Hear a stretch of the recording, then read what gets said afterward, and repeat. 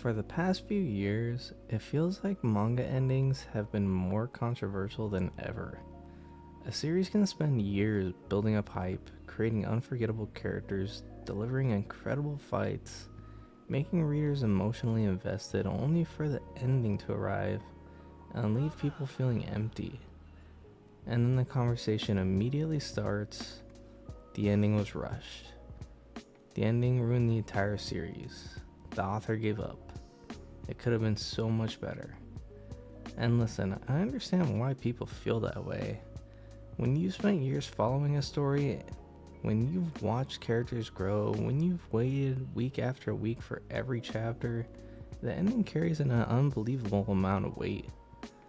I think there's a bigger reason to why so many endings feel disappointing today. And surprisingly, I don't think it's just because authors are failing. I think it's because the expectations surrounding the manga endings have become almost impossible to satisfy. Think about how manga is consumed today. When a series is in its prime, everything feels like an event.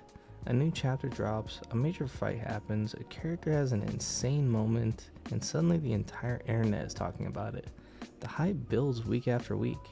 Every theory, every prediction, every discussion adds more and more expectations. By the time a series reaches its conclusion, readers aren't just expecting an ending, they're expecting a masterpiece. They're expecting every character arc to be perfectly solved, they're expecting every mystery to have the perfect answer, they're expecting an emotional moment that matches years of investment. And sometimes no ending can realistically compete with that version of the ending that exists inside the readers' heads. Now, with that being said, there are cases where you can genuinely feel something wrong. And the clearest example I can think of is Oshinoko. Oshinoko had the potential to be a generational defining manga. The opening was incredible, the premise was unique, the characters were interesting, the themes surrounding entertainment, fame, identity, revenge were all incredibly strong. Even as the story progressed, there were moments where it felt like it was building towards something special. But then the ending happened. And the disappointment wasn't just that the ending was controversial. It felt like the story stopped caring about itself. It felt like years of build-up were suddenly thrown away. Now, I don't know what was happening behind the scenes, and I don't want to pretend I know the author's mindset, but as a reader, that was one of the rare times where it genuinely felt like the creator had lost the passion that there was at the beginning. But I think it's more important to separate Oshinoko from the other manga endings. Because with series like Jujutsu Kaisen, My Hero, Demon Slayer, and others, I don't think the explanation is simply the author gave up. I think it's something much more complicated. Weekly serialization is brutal. Imagine starting a YouTube channel. Your first few videos are exciting. You're checking the views constantly. You're seeing the comments.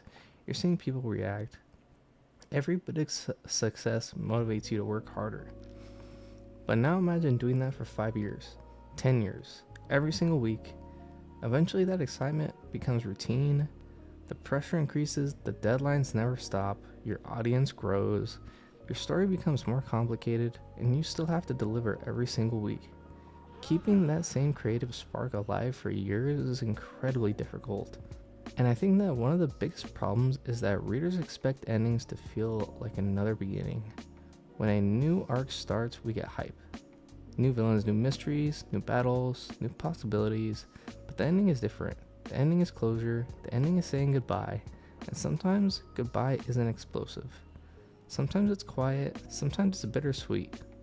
Sometimes it doesn't give you that exact emotion you wanted. And that doesn't automatically mean it's bad. Jujutsu Kaisen is probably one of the biggest examples. Was the ending perfect? No. There was definitely things people can criticize, but the reaction to it almost became bigger than the actual ending itself. People expected something that would redefine the entire genre.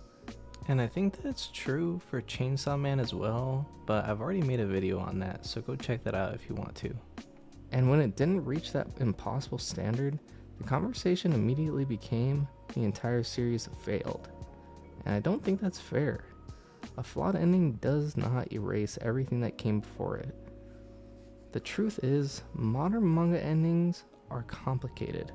Some endings genuinely fail, some feel rushed, Some feel like their creator ran out of time or energy or ideas.